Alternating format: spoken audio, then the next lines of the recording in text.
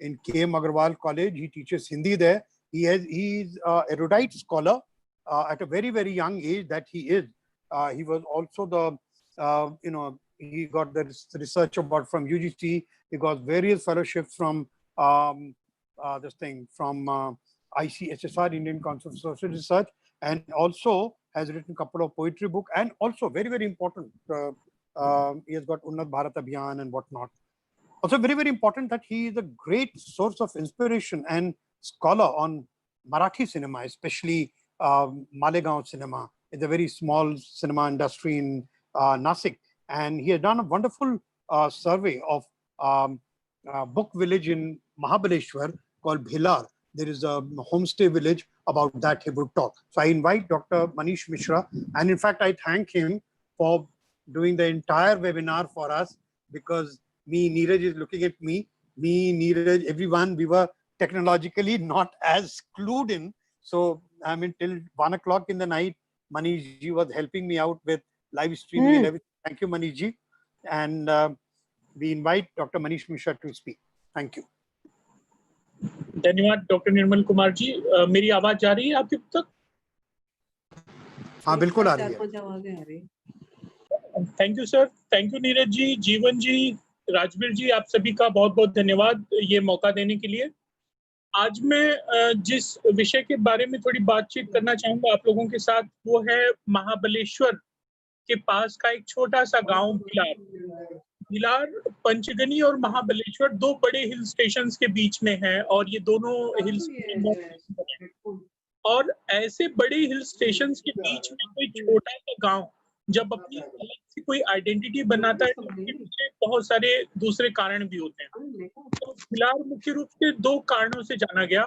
किताबों के गांव के रूप में तो ये 4 मई 2017 को अस्तित्व में आया, लेकिन उसके पहले स्ट्रॉबेरी की खेती के लिए भिलार जाना जाता था, और पूरे महाराष्ट्र से जितनी स्ट्रॉबेरी की पैदावार होती है उसका करीब 70-80% जो है इस 3000-4000 की जनसंख्या वाले गांव भिलार से आ जाता है, जिसकी की मार्केट वैल्यू मुझे बताई गई कि 50 से 60 करोड़ रुपए तक होती है, जो कि स्ट्रॉबेरी भिलार देता है। और भिलार की स्ट्रॉबेरी की क्वालिटी महाबलेश्वर की स्ट्रॉबेरी की क्वालिटी से भी बेहतर मानी जाती है।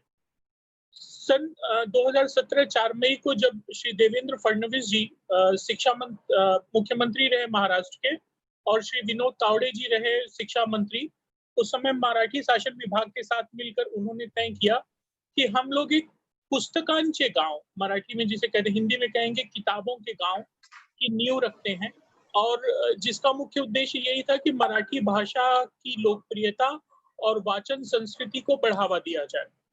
और शुरू में गांव के ही 30 केंद्र चुने गए, 30 घर चुने गए, जिनके दालान में कुछ रंगीन छतरियां, कुछ कांच के कपाट, ये सब कुर्सियां, टेबल, ये सब उनको दिया गया ताकि वो अपनी कुछ किताबें वहां पे डिस्प्ले करें, और जो भी लोग गांव में आए वो बिना कोई पैसा उनसे लिए वो वहां पे बैठ के उन किताबों को पढ़ सकते हैं।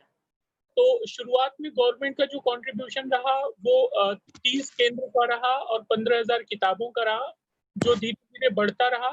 इसी साल मार्च में जब मेरा वहां जाना हुआ तो मुझे बताया गया कि आज उन किताबों की संख्या लगभग 50,000 के आसपास है। महाराष्ट्र के एक बड़े कद्दावर नेता आदरणीय शरद पवार जी ने उसी समय करीब 10 लाख रुपए की किताबें उस गांव को उन्होंने भिजवाया, जो निश्चित तौर पे आगे किताबों की संख्या में वृद्धि करेगा। ये गांव एशिया का पहला ऐसा गांव था जिसको किताबों के गांव के रूप में प्रस्तुत किया गया, और जिसके पीछे उनका जो पूरा उद्देश्य था वो ये था कि धीरे धीरे किताबों का जो डिजिटलीकरण है और या ऑडियो बुक है उसकी भी व्यवस्था हम लोग करवाएंगे। जो लोग साहित्यिक गोष्ठियां या इस तरह के परिसंवाद करना चाहते हैं उनके लिए जगह उपलब्ध कराई जाएगी, ताकि वो भिलार में आए और उस किताबों के गांव में ही अपनी संगोष्ठी वगैरह करें। बहुत सारे साहित्यिक उत्सव, लिटरेरी फेस्टिवल जिसको हम लोग कहते हैं, उनके आयोजन की व्यवस्था के लिए जगह देना, भारतीय और विश्व साहित्य को जगह देना। मतलब जैसे मैंने कहा कि शुरू में उन्होंने मराठी भाषा को प्रमोट करने के लिए सारी व्यवस्था की, लेकिन धीरे धीरे वहां पे हिंदी और अंग्रेजी साहित्य की किताबों के लिए भी जगह बनती चली गई। और गाँव की अन्य विशेषताओं से लोगों को अवगत करना। कोई कोई गाँव में आ रहा है, तो वो सिर्फ़ किताबें नहीं पढ़ेगा, अगर वहाँ स्ट्रॉबेरी अवेलेबल है, तो वो निश्चित चाहेगा कि उस स्ट्रॉबेरी को भी खरीदे। उसे रहने के लिए जगह चाहिए, उसे खाने के लिए व्यवस्था चाहिए। तो आज की तारीख में पिछले 3 सालों में ही भिलार जैसे गाँव में 200 से 250 लोगों के रहने की व्यवस्था गाँव वालों ने अपने ही घर के एक-आध कमरे को रहने की सुविधा में कन्वर्ट करके देना शुरू कर दिया है, जिससे उनकी आय का स्रोत भी बना है और जो गाँव में आते हैं, उनके लिए वो सुविधाएँ भी बढ़ी हैं। तो जो एकदम नामुमकिन सी चीज़ लगती थी कि महाबलेश्वर और पंचगनी के बीच का ये छोटा-सा गाँव, यहाँ कोई क्यों रुकना चाहेगा? आज वहाँ पे अगर आप अचानक पहुँच जाएँ, तो शायद आपको रहने की व्यवस्था ना मिले। इतनी पॉपुलैरिटी उस गाँव की है। मुझे वहाँ बताया गया कि करीब 50 से 60 लोगों का एक औसत संख्या है, जो हर दिन उस गाँव में रहने के लिए आते हैं और किताबों को देखने और विज़िट करने के हिसाब से करीब 200 से 250 लोग उस गाँव में आते हैं। पूरे गाँव की सड़कें सीमेंटेड हो गई हैं, पानी की बहुत अच्छी व्यवस्था है, विद्युतीकरण है और कमाल की बात ये है कि जो इस तरह के चीज़ों को आगे बढ़ाने या उनको डेवलप करने के पीछे उद्देश्य होता है कि जो पलायन हो रहा है ऐसी छोटी-छोटी जगहों से 10,000 20,000 जैसी नौकरी के लिए जो बच्चे भिलाड़ छोड़ के पुणे, सतारा या मुंबई आके नौकरी कर रहे थे, जब यहाँ पे लोग आने लगे तो उनमें से कई बच्चे, गाँव के बच्चे वापस आए और उन्होंने वहीं छोटी-मोटी दुकान या अपने होटल्स को शुरू किया, खेती को के काम को आगे बढ़ाया, ताकि उनको बाहर ना जाना पड़े और वहीं से वो अपने काम भर की चीज़ें पैदा कर लें। तो ये जो इनका प्रयोग रहा कि किसी गाँव को आत्मनिर्भर बनाने का, वो बड़े कमाल का रहा। खेती के संदर्भ में वहाँ पे एक चीज़ मुझे और बताई गई कि स्ट्रॉबेरी के अलावा जो एक्ज़ोटिक सब्जियाँ हैं, उसकी पैदावार में वो लोग बहुत रुचि ले रहे हैं क्योंकि मुंबई और पूना हाईवे से वेल कनेक्टेड होने के कारण कम से कम समय में वो सारी सब्जियाँ वहाँ पे सप्लाई हो जाती हैं और बहुत सारी ऐसी विदेशी सब्जियाँ जो सामान्यतः भारतीय खानों में हम लोग नहीं यूज़ करते थे, let's, iceberg, broccoli, cherry tomato, Chinese cabbage, salary, rosemary, केले, बेबी कैरेट, नॉलकोल, बेसिल, जुगनी और पता नहीं बहुत सारे ऐसे अंग्रेजी नाम जिनको ज़्यादातर सलादों के रूप में गूसबेरी, मलबेरी इन सब की पैदावार एक बड़े पैमाने पे जो है भिलार ने करना शुरू किया है और गाँव वाले मज़ाक-मज़ाक में मैंने उनसे पूछा कि यहाँ पे लोगों की औसत आय क्या है? तो गाँव वाले कहते हैं कि सर छोटा दुबई है, छोटा दुबई। कहने का मतलब कि अपनी ही खेती से और अपनी ही व्यवस्था से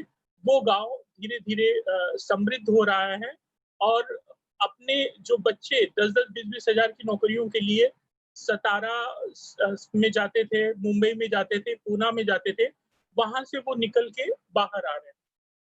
वहाँ पे होम स्टे और अपना खुद का होटल बड़े पैमाने पे चलाने वाली श्रीमती रूपल तेजानी से हम लोगों ने बात किया। वो अपना एक ड्रीम फार्म चलाती हैं और वो बताती हैं कि जो गोरमा फूड होता है, गोरमा फूड के बारे में उन्होंने बताया कि इस तरह की सब्जियों या फलों की क्वालिटी जो 100% ऑर्गेनिक हो और बहुत महँगे दामों पे बड़े शहरों के लोगों को बेची जाती हैं। जैसे उन्होंने मशरूम की कुछ क्वालिटीज़ बताई जो कि 50-50, 60-60 हज़ार रुपए किलो तक बिकता है। तो ऐसी सब्जियों की खेती वो वहाँ पे अपने 5-6 एकड़ के फार्म हाउस में कराती हैं। उसमें लोकल गाँव वालों की सहायता लेती हैं। उनको उनकी मज़दूरी की दर का 4 गुना, 5 गुना ज़्यादा देती हैं, ताकि वो उन्हीं के यहाँ रुक के ज़्यादा बेहतर तरीके से उस खेती के काम में जुड़े रहें। गाँव वाले भी खुश हैं कि उनको अच्छी मज़दूरी मिलती है और एक तरह से ब्रांडिंग, महाबलेश्वर की ब्रांडिंग जैसे ड्रीम फार्म उन्होंने मुझे बताया कि मनीष जी, अंबानी फैमिलीज़ में जब भी कुछ बड़ा होता है, तो वो ये आइटम हमारे यहाँ से मँगाना पसंद करते हैं। कहने का मतलब वो अपनी एक ब्रांडिंग क्रिएट कर रही हैं महाबलेश्वर की और जिसमें गाँव वालों का पूरा योगदान है। उनका श्रम है, उनकी मेहनत है, उनकी उनकी ज़मीन है और उनकी मेहनत का अच्छा दाम।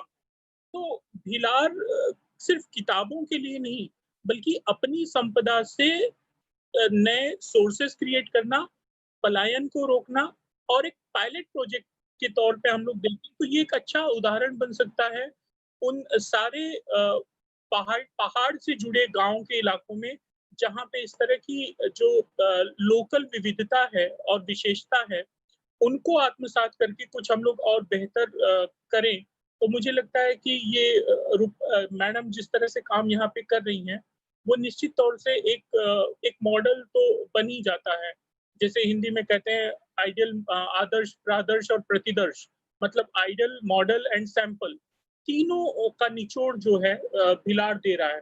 तो एक टीचर के नाते एकेडमिकली मैं किताबों के गांव में इसलिए भी जाना चाहूंगा कि वहाँ बहुत सारी किताबें हैं। मैं देखना चाहूंगा कि किताबों की गांव की स्थिति क्या है और ये कैसी संकल्पना है। खेती को इतने बड़े रोजगार और इतने बड़े पूंजी के बाजार में किस तरह से बदल दिया गया है, ये भी अपने आप में एक शोध का विषय है और निश्चित तौर पे इस तरफ भी लोगों का ध्यान जाना चाहिए।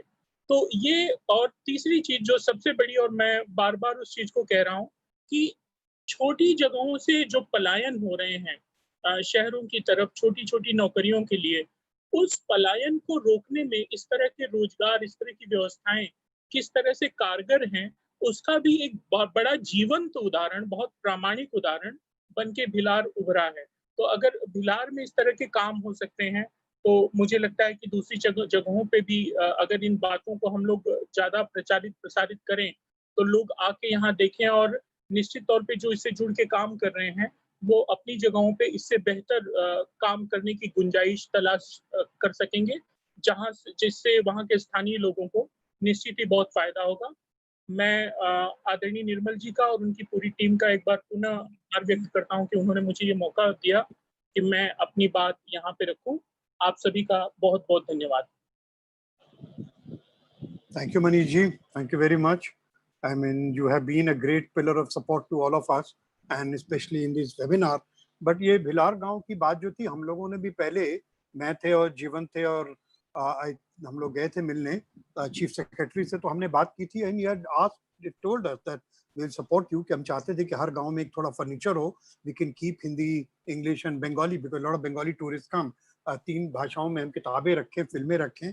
और आपका जो इंफॉर्मेशन है that is much more than eye opener. In fact, I and Neeraj and Jeevan and Rajbir and all, we team members, we would like to visit Bhilar गांव to see, because ये होता है कि कुछ ऐसे tourist आए जो long standing हो, जो पढ़े हैं, जो काम करें, जो क्रिएटिव हो, तो that will also change the way we look at the home stage. जो लोकेश जी बात कर रहे हैं कि लंबे लंबे समय के लिए लोग आएंगे, तो फैमिली के साथ आएंगे, लार्जर ग्रुप्स में आएंगे, इंफ्रास्ट्रक्चर को ठीक करना है।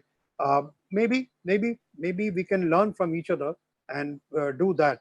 Thank you very much, Manish ji, for really good work. In fact, I thank you for going only for this project. मैंने रिक्वेस्ट किया था और ये काफी दिनों से जा रहे थे, फिर जाकर आए। Thank you very much. Is Shekhar ji online? Shekhar Lakshaura ji, Shekhar ji, are you online?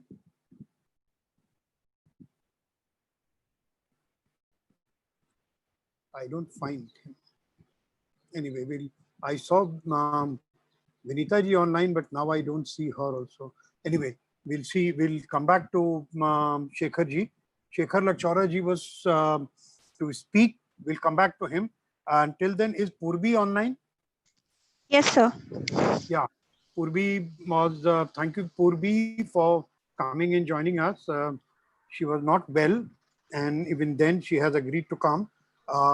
Purbi, thank you very much. Purbi is a graduate of IIM Kozhikode,